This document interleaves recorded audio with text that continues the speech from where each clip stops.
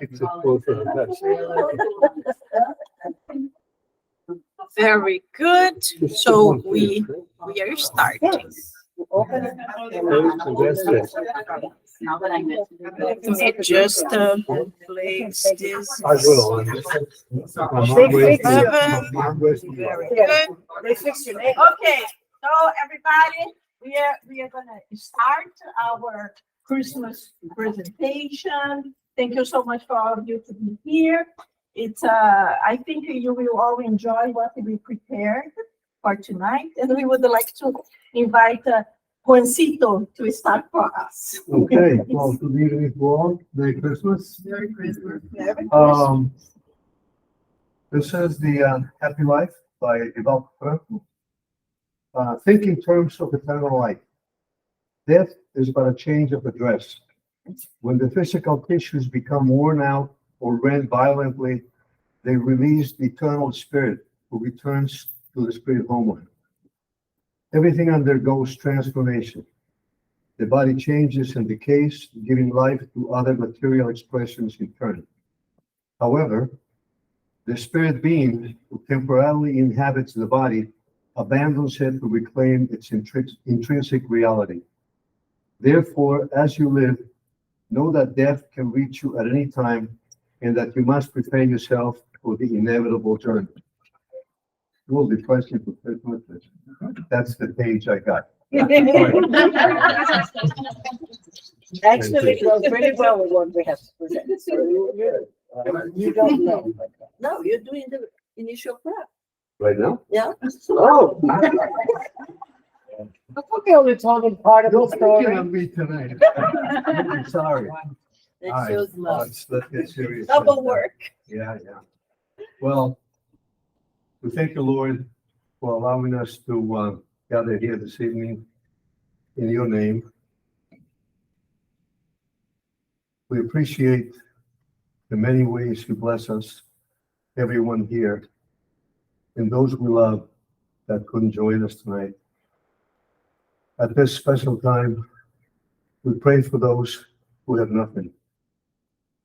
No family, no home, no food, no hope. Please hear our prayer and allow us to see and understand what is really relevant, what matters, what is important. We ask you to please keep us safe, close, and connected with you in the upcoming year. So be it.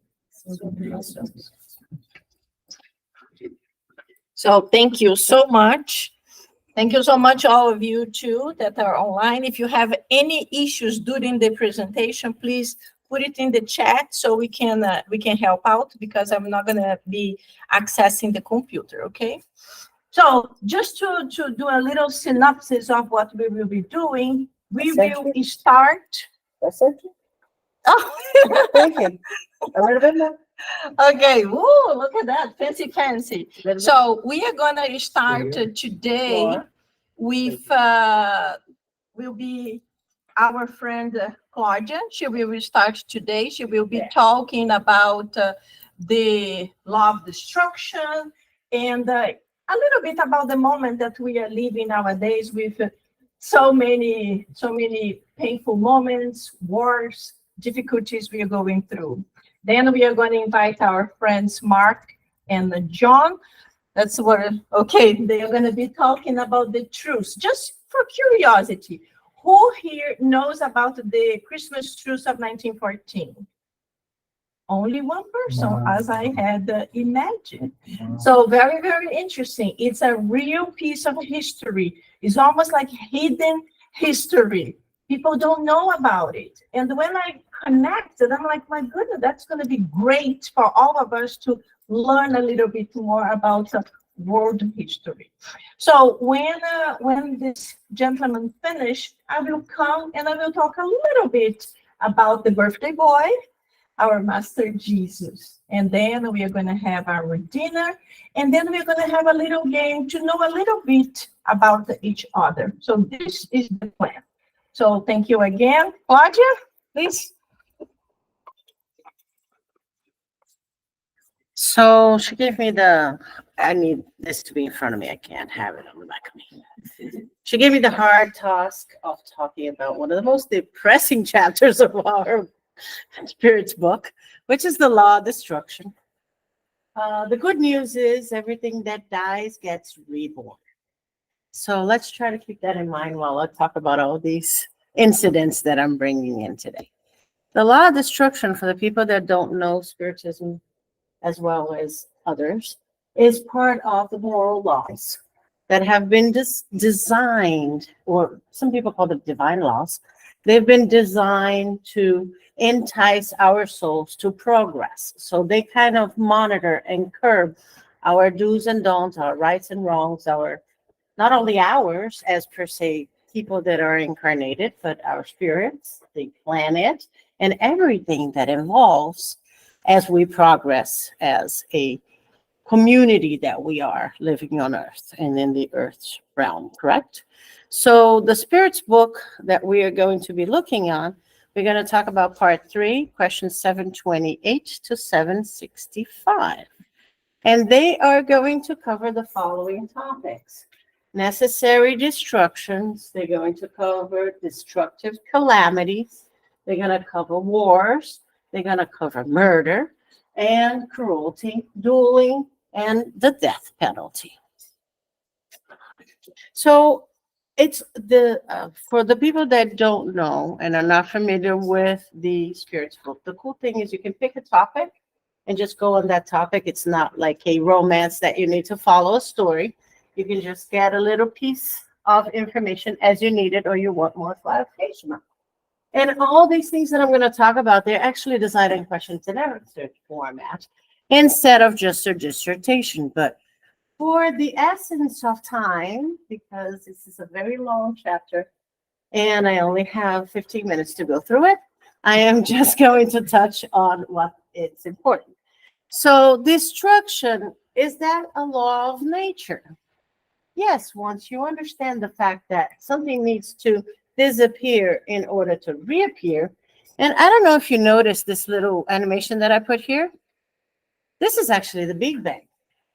So we all talk about that when the Big Bang came, God appeared. But if something had to be destroyed in order for the Big Bang to happen, did God appear after or before the Big Bang?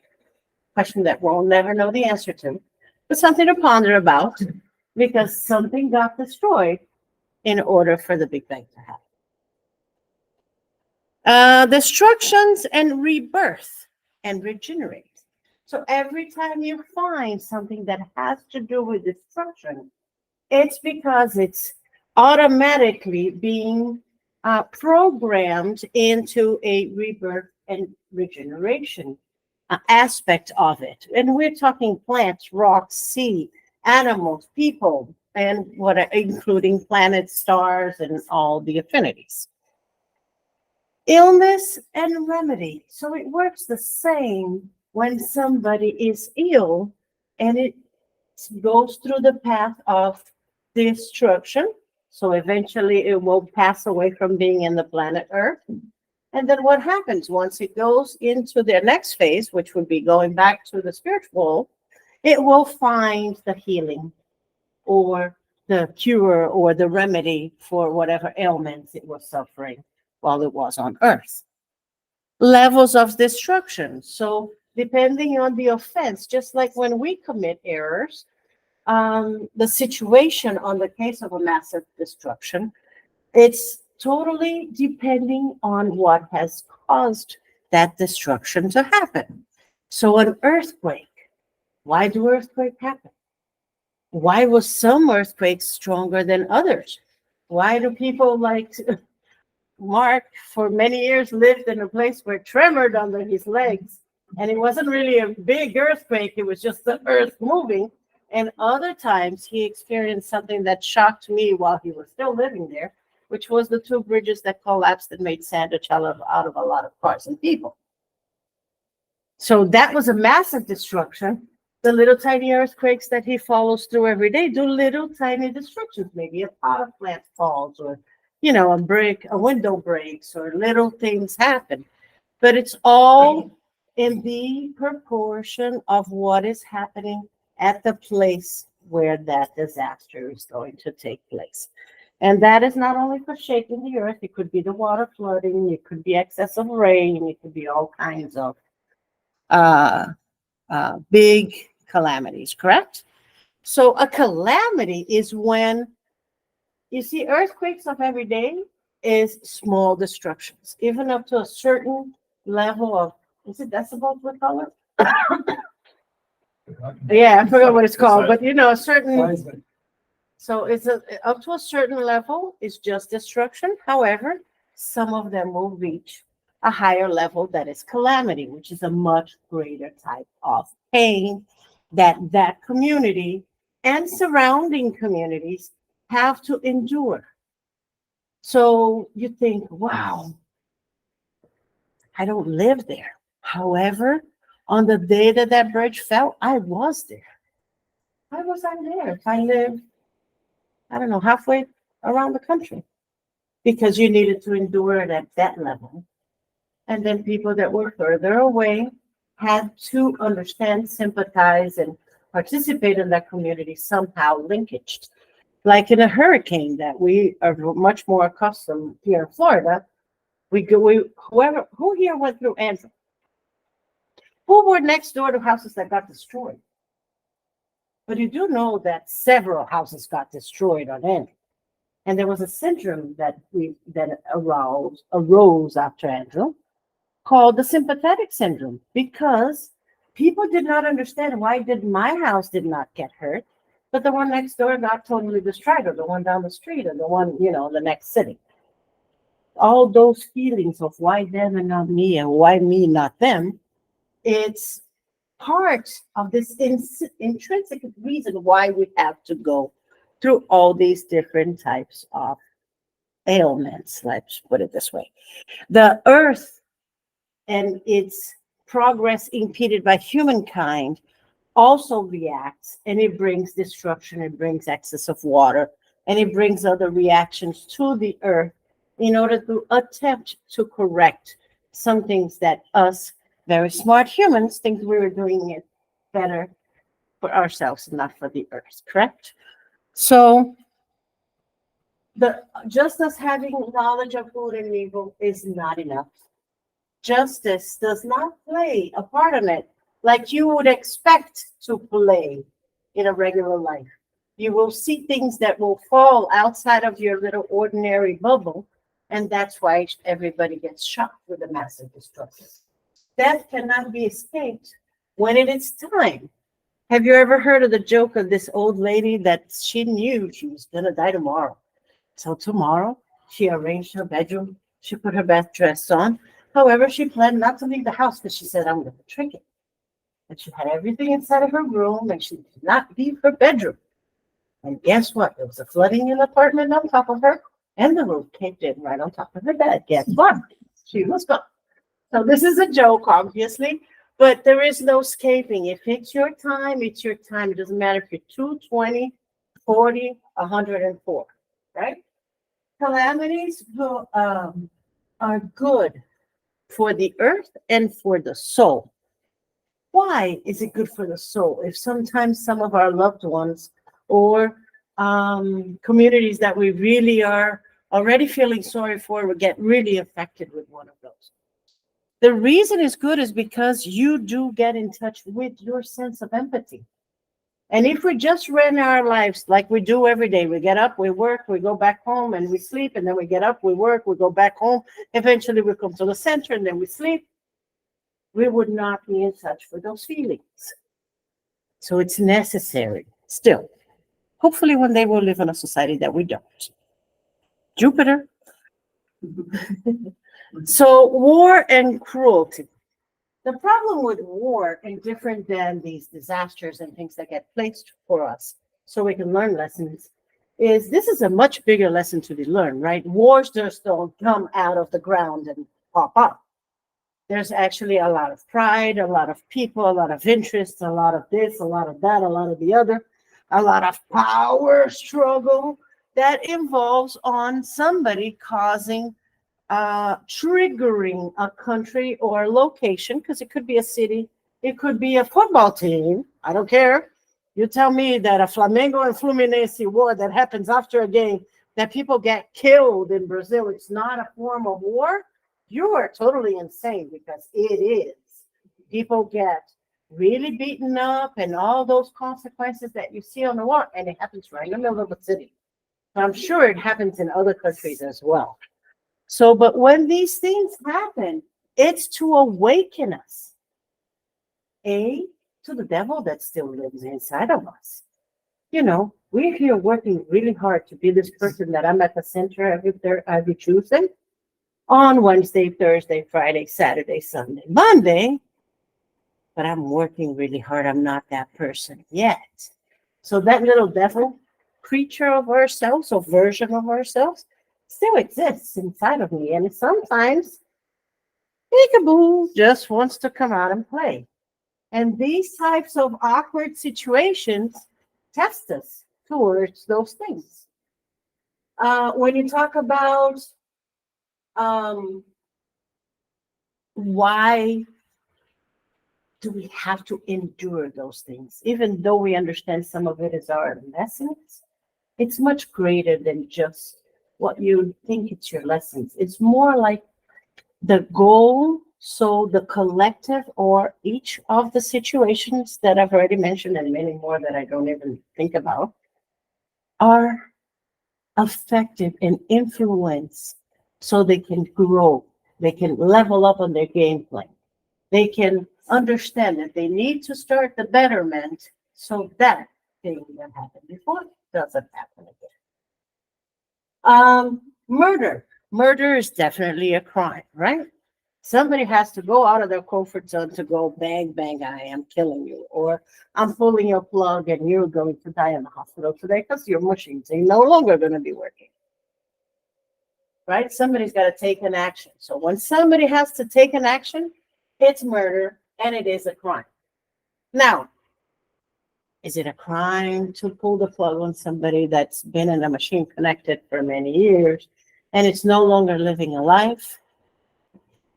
Would it be better? So those things are all put on a scale and evaluated.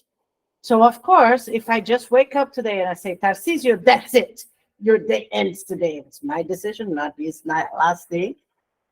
That is a crime. However, if there's suffering involved, it may not be.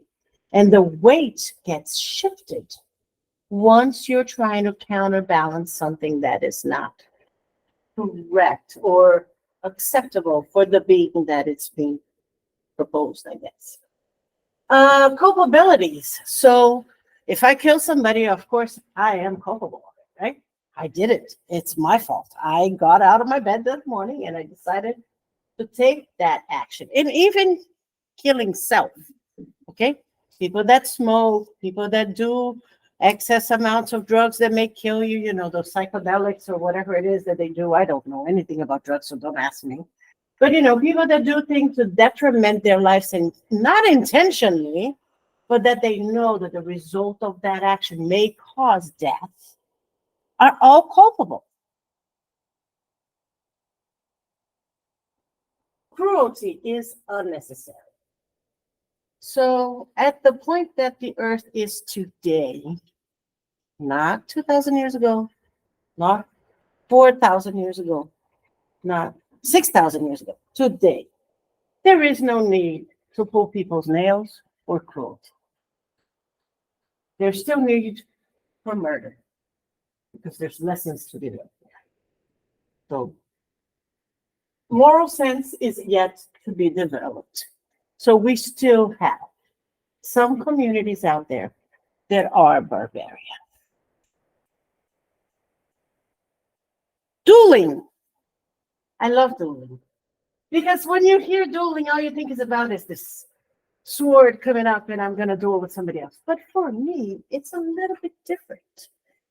You don't see many people coming out with swords in order to kill each other. You see it as a sport because there's some objectives and blah, blah. But you don't really see people dueling in our days because, you know, my wife decided to sleep with the wrong man or some stuff like that. Dueling for me is more here. It's when you learn your internal duels and when you learn how to win your duels. I know this is kind of crazy. It's totally out of the box. But you always have that picture of the good angel and the bad angel. And what are they doing when they're influencing you when you've got to make a decision? You're dueling inside of your mind. Take care of your duels. Pick a side. Don't stand in the middle. You made the one that ends up being killed because you can't make your decisions. So that goes for mental dueling. Greatness is to recognize the wrongdoing. Because we all make mistakes every day, every hour of our days. Understanding we've made a mistake and try to make amends, or at least trying to correct your behavior, is what we're here for. Death penalty. This is a big one. There's lots of opinions about that. However, death penalty is still murder. So whoever pulls that plug is culpable. Whoever made the decision is culpable. The lawyer that got him there, culpable. Be careful.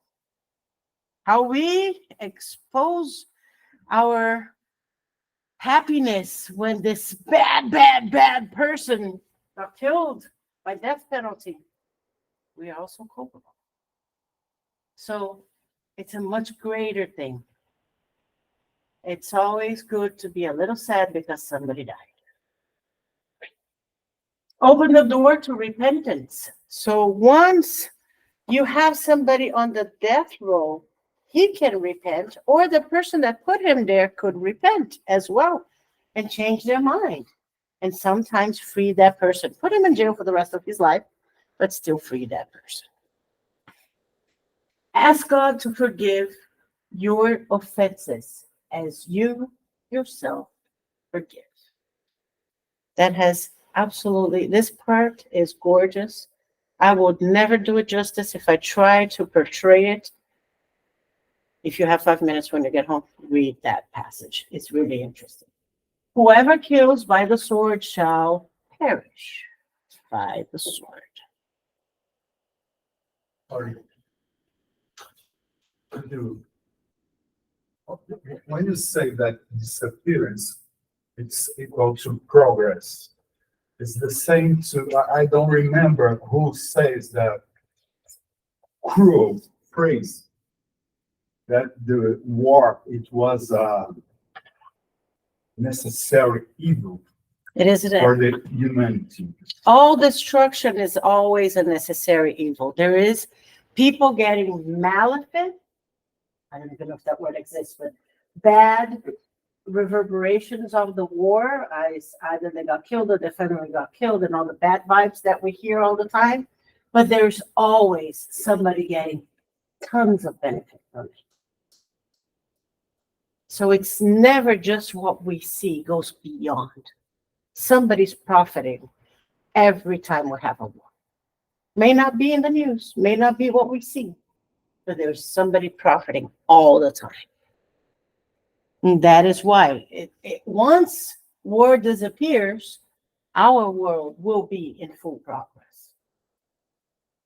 But we have to put aside all our differences for that to happen. We still got a little bit to go. And I want to give you a minute and a half of Peter Hay. When violence happens in the world, when there are wars, when there are crimes committed, what is this? This is people exercising their free will.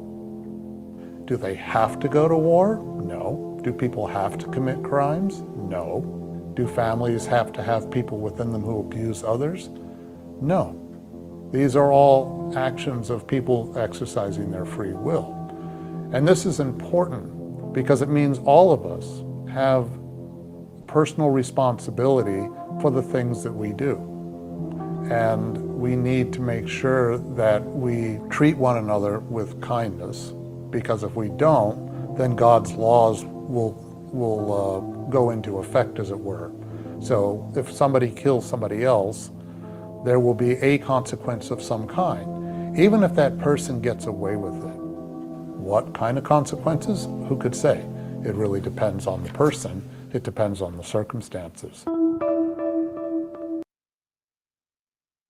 So this sums up the whole chapter very nicely. There you go. And so please take a look at the chapter on the Spirit's book. You can find it online if you don't have the book with you. It's very beautifully written. Thank you very much.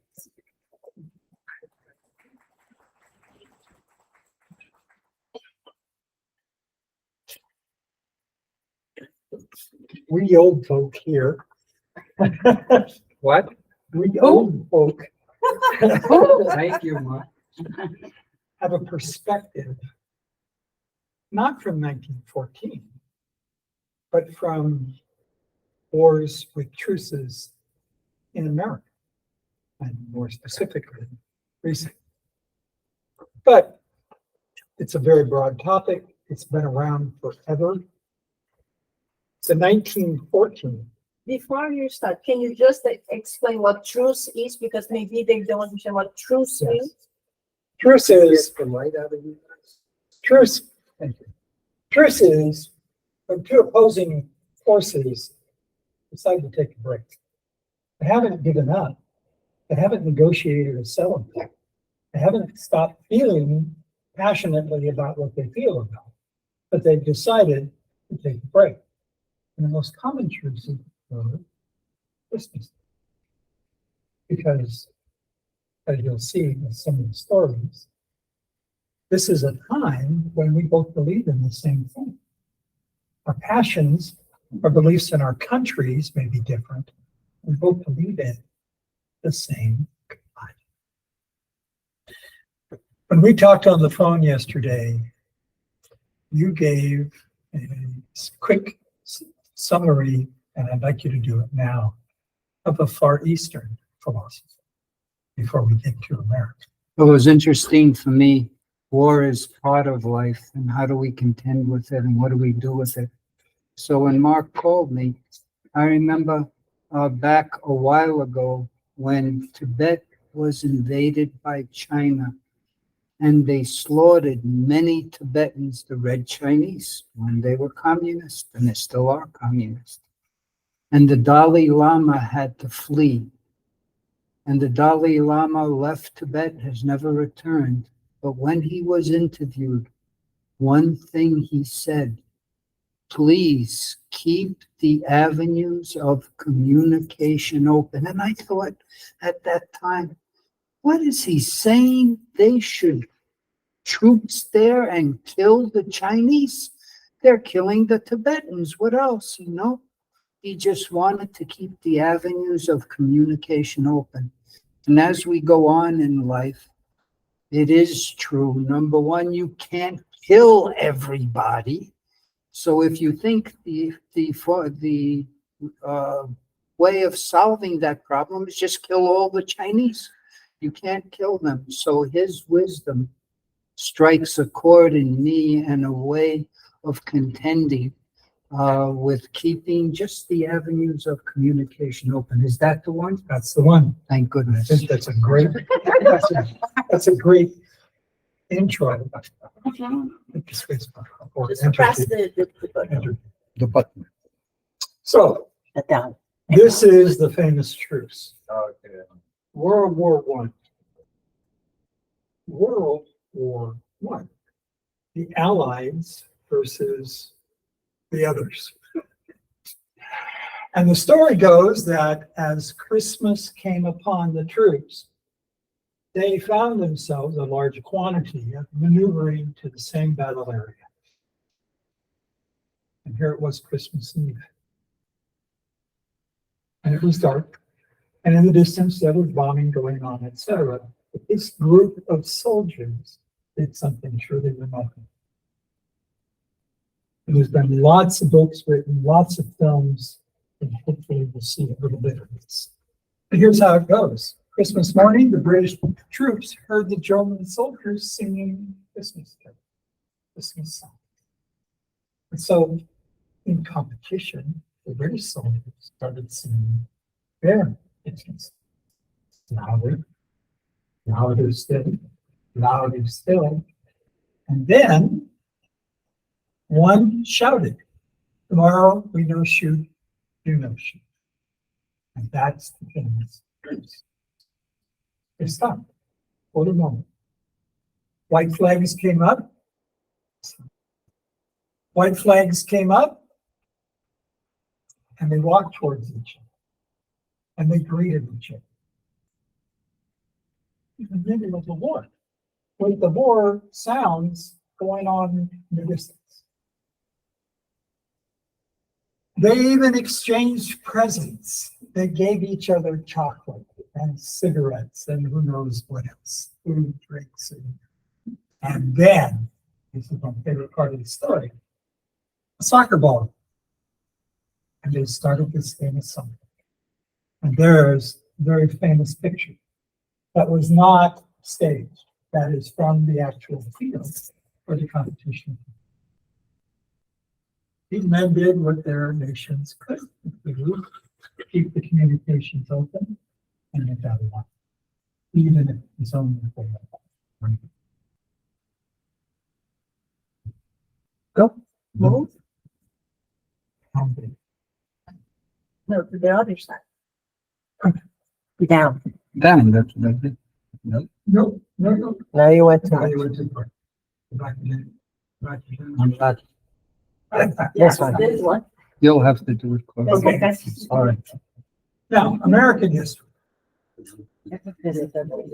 George Washington in 1776, as this country was becoming a country, chose Christmas Day to cross the Delaware because the British were not ready to occur Christmas Day. Got an advantage on military, and he took some grief later because of that. But it's an interesting point. Now, during the Civil War in this country, the North against the South, the blue against the gray, on the subject of slavery, both opposite opinions. And that's why this war was taking place. But they took a break. Because they both believed in the same thing. These were often neighboring states, friends that had gone to school together, or church together, are now wearing different colored uniforms. But on Christmas Day, an unspoken, unwritten truce. And there's the picture of the truce. They actually sat down for a meal together. Fast forward. In this country, the one that means the most to me is the Vietnam War. It's the first war to be televised in real time. It's the first war where, in the world of communications, there wasn't it. We were getting fed inaccurate information as Americans as to what was really going on. But the point here is that the president in 1972, to expedite the end of this war, a hugely unpopular war in this country, he blasted the country. More bombs dropped than ever before anywhere. And the good news is it accelerated the peace talks. 30 days later, it was done. The Vietnam War was over. It took 5 years for us to get them all out of it. All of our people. Return all the people we had captured, etc. And the only reason this is important to me is because my high school was John F. Kennedy High School, the last president to be assassinated in this country. There's an interesting thing that occurred in the graduating class as we opened that school and then reflected on it years later because the Vietnam War was going on. And we had a classmate, a young man that I went to school with from 7th grade on, was in many classes with him, knew him personally. His name was Hugo Gayton. Hugo was a Nicaraguan, from a Nicaraguan family. And the interesting thing that came along later is he's on the Vietnam War memorial wall. And we honor him whenever we have a reunion. We have the 4 soldiers that were dead, 1 woman, 3 men. And we honor the 4 of them every time. Sometimes it's a quiet prayer. Sometimes it's a plaque. Sometimes it's a memory. This one was pretty personal to me because before I left California, I bought this house and the next door neighbor was his grandfather. And when the grandfather died, his daughter moved in. It was Aunt. And I relived this whole moment all over. There were no truces. Yeah. Oh, one thing, do you continue with Vietnam? No. Go ahead. I'd like to say in Vietnam, it's also very interesting because of 2 things. One, it's one of the first times that I've seen in this country where there was an attitude of peace growing in this country. I'd like to think that these talks and this negotiations was because people had enough of the war. What were we doing there? What could this do for anyone? We killed thousands and thousands and bombed thousands and thousands. In the end, for what purpose? Today in Vietnam, we go to vacation there. So the communists took over. But the communists took over. Is that what we were fighting for? But in the end, it wasn't just that. McNamara was the Secretary of Defense then. After the war, years later, he wrote a book. And the information, it's really nice nowadays. It's there. In his book, he said, this was a war based on lies and false information. And he wrote that book out of his conscience because he was Secretary of Defense during that time. So it's interesting that at least the truth comes out and at least people's feelings in the United States can make an effect on what kind of policies we have. I've had friends that died in Vietnam too.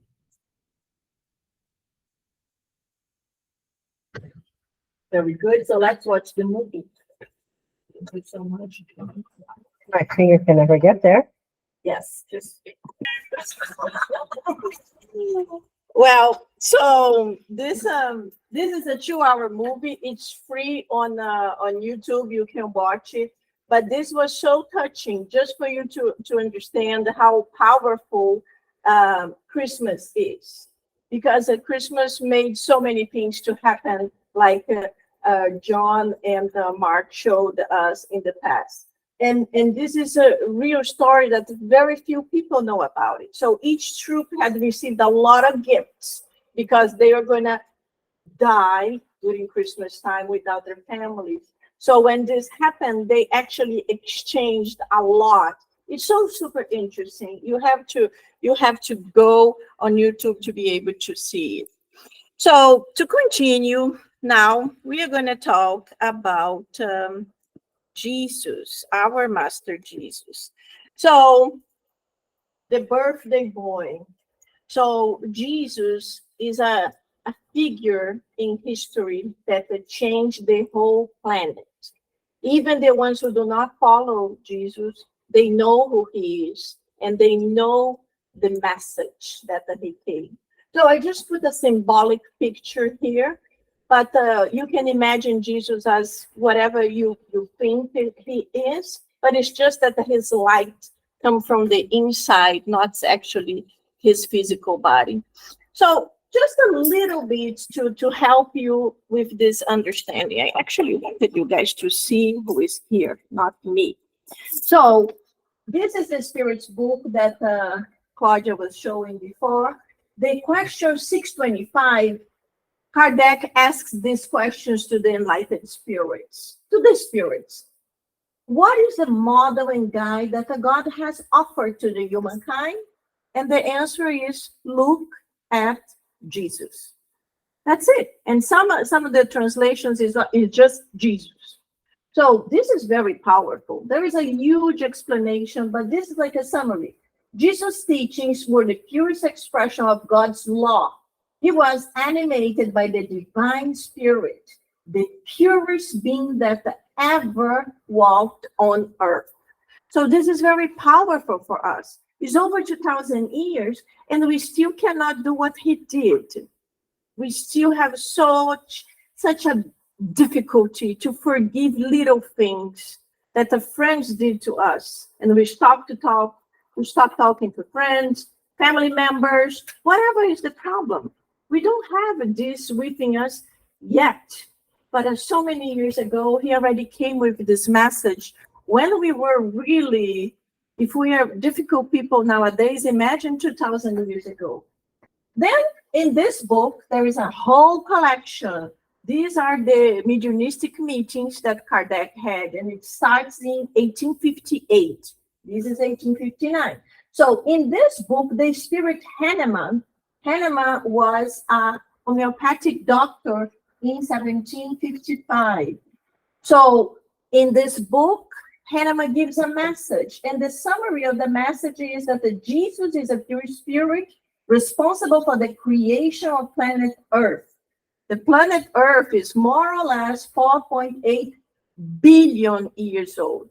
So if Jesus created the planet Earth 4.8 billion years ago, it's because at that time, he was already an evolved spirit. He was already a pure spirit.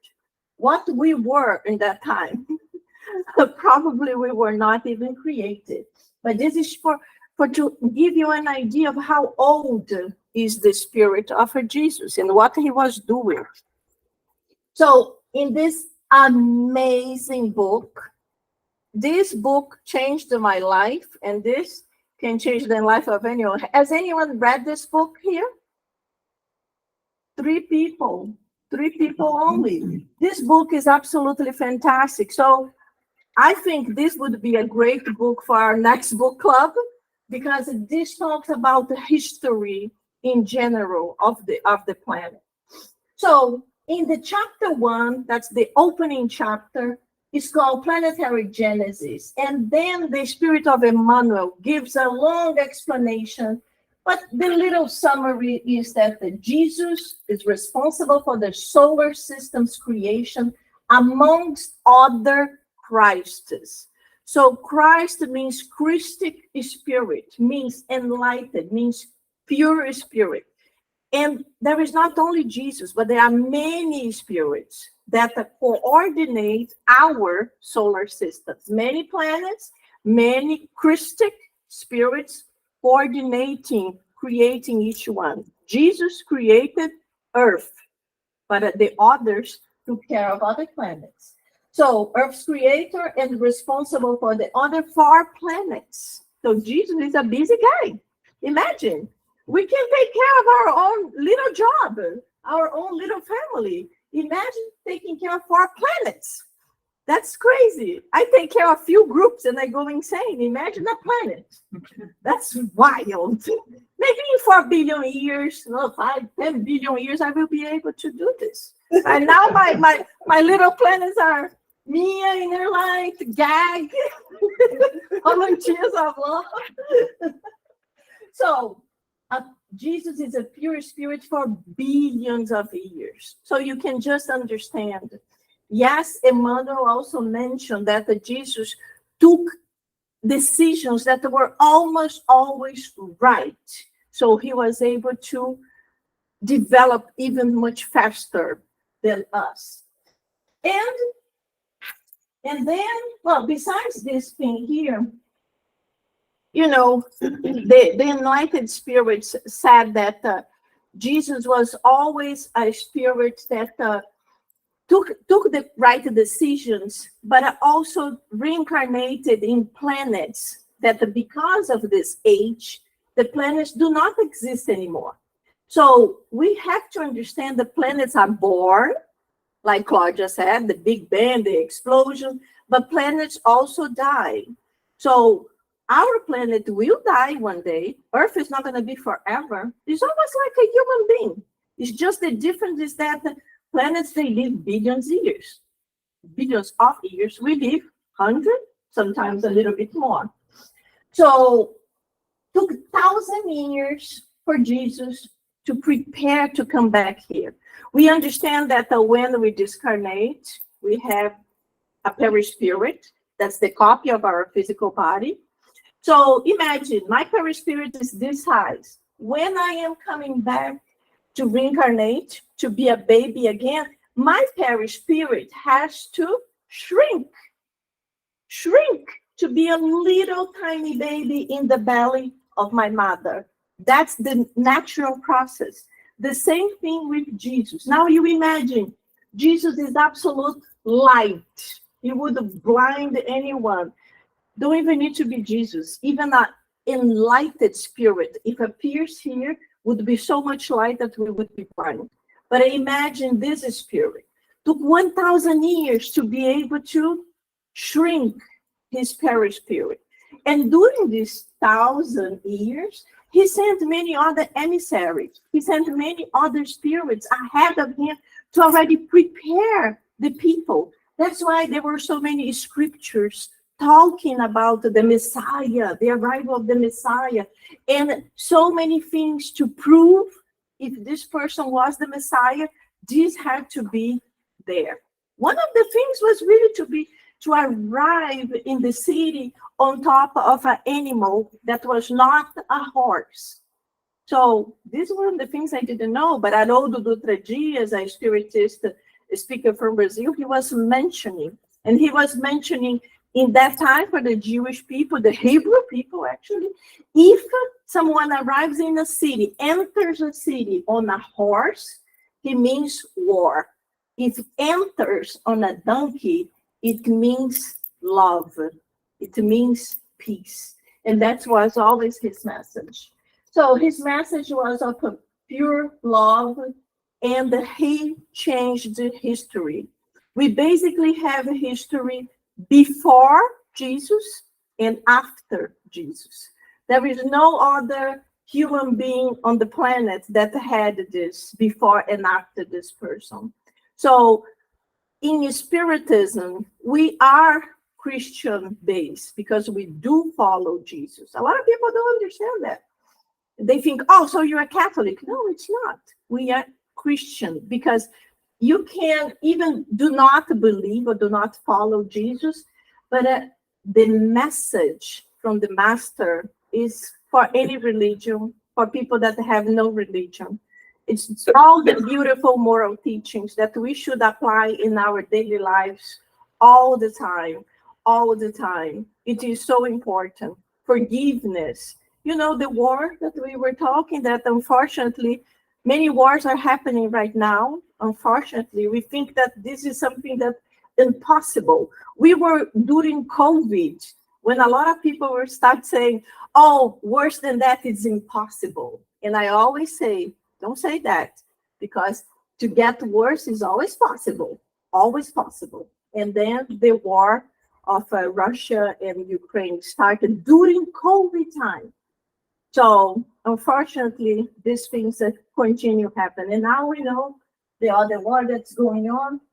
So in this moment of Christmas, that so many people are more charitable, more touching, more forgiving. So let's exercise this. Let's exercise our power of forgiveness, even if it can be difficult.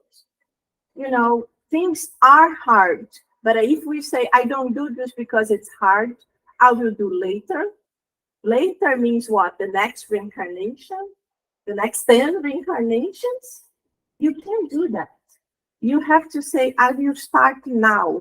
Even if you're starting now, it's very, very small. If someone did something to you that's so extremely difficult, and then you say, I cannot forgive, it's too much, murdered my entire family, for example. You can just imagine how painful it is.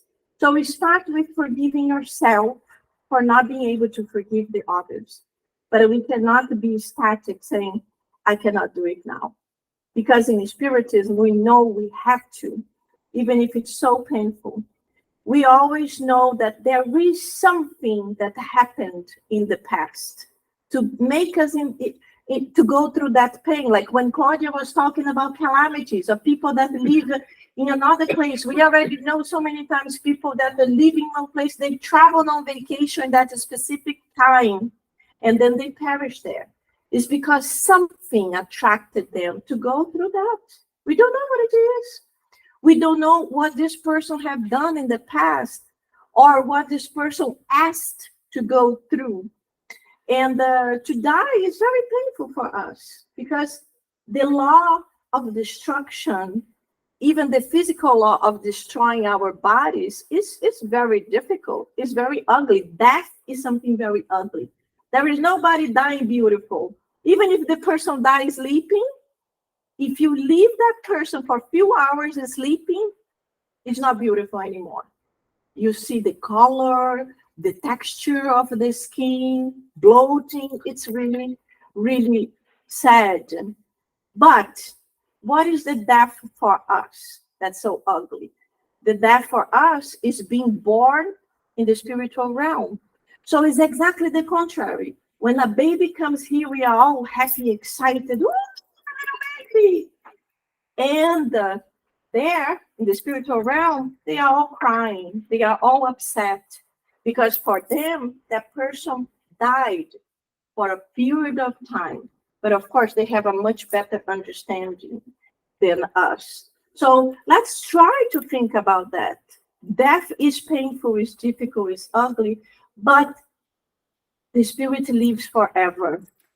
There is something that happened this week that was very funny. I always mention my father-in-law because he visited me 3 times, and the last time he said he had to go to study and he wouldn't be able to see me for a while. And then a few days ago, I think it was the day before the nursing home, my father-in-law never missed the nursing home performance, never, because he actually was there because of my son. My son has been performing since he's 2 years old, and my father-in-law, mother-in-law always been there because of him. So I usually see the spirits, but at this time I didn't. This time I was dreaming, so I was sleeping. And in my dream, I'm going down the stairs of my house, and then when I look, I see my father-in-law standing, and he looks at me and he's like, "Why did you change the couch? The couch was there, now the couch is here." And I remember I was so surprised with him complaining about my couch, my furniture. And then I'm like, what? And then I was so intense and so strong that in my mind, I'm like, wait, he's dead. And I'm like, he's dead, but this was my living room and he's there. And then he's like, you put the couch here, but I actually like when the couch was there. And then I'm like, I continue going down the stairs and he walks, he looks at me, he blinks, opens the door and goes to my backyard and vanish. As soon as he vanished, I woke up and I'm like, oh my God, that was super cool. So he actually came in a dream, maybe because he couldn't be physically like I can see him. But this is just a message that we live forever. Loves connect us. Even if you are not a medium, you can dream like I did. And the loved ones will be always close to us. Of course, we need to pray. We need to connect. We need to do good. And these gifts, they come to us. So I just want to end with a very short video that this should be our daily lives, but it unfortunately doesn't happen. But let's try to put the next few days, at least, let's try to exercise this in our minds and see what we can improve, if not in the next days, next year.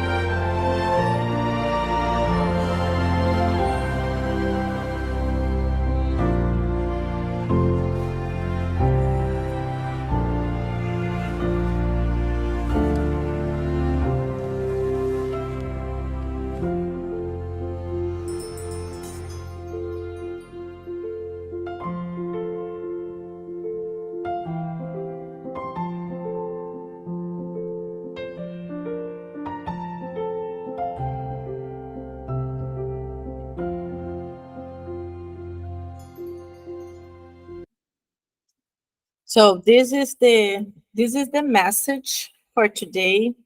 Let's try to be as charitable as Jesus would like us to be, because that's the message. That's what is important for us. We all can be charitable. We all can be charitable even with our words. We don't need to be donating money or donating things, but we can pick up the phone and say, I'm sorry. You can see that painful neighbor that you have such a hard time, and you say, Merry Christmas.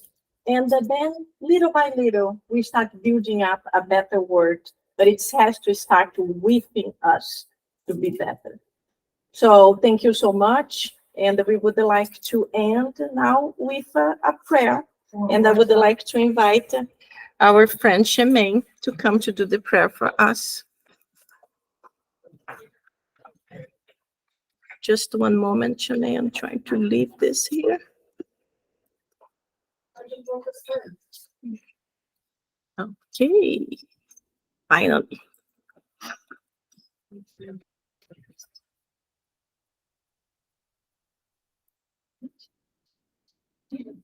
Now she's giving me hand signals.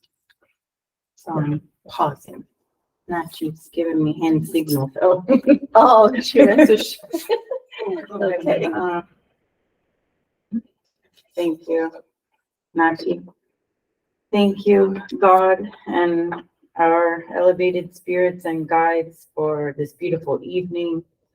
Thank you for blessing us with our friends here, Angie, who keeps us learning and engaged, Claudia, John and Mark, and Juan, for sharing all that you did with us here this evening. Thank you for the blessings and all of the ways that we receive. And please, God and our elevated spirits, allow us to remember in our hearts, as my friend Juan mentioned this evening, the reason for our celebrations, Jesus Christ, during this time of year. Keep us thinking of those who really have nothing, do not have hope and love and all of the blessings that many of us have, do not have health, do not have peace in their life, in our world today, and allow us to add to their lives in simple or other ways. Keep us open-minded. Please keep us in the thought of others and kindness, and open our hearts to celebrate Jesus and each other. So be it. So thank you so much, my friends, for being here. So group, before we go, let's all say Merry Christmas to our friends online. 1, 2, 3, Merry Christmas! Very good. Thank you so much, Sonia. Thank you so much, Michelle.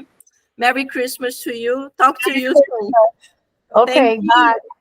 Love you. Bye, Love Sonia. you, bye. Michelle. Very good, my friend. So now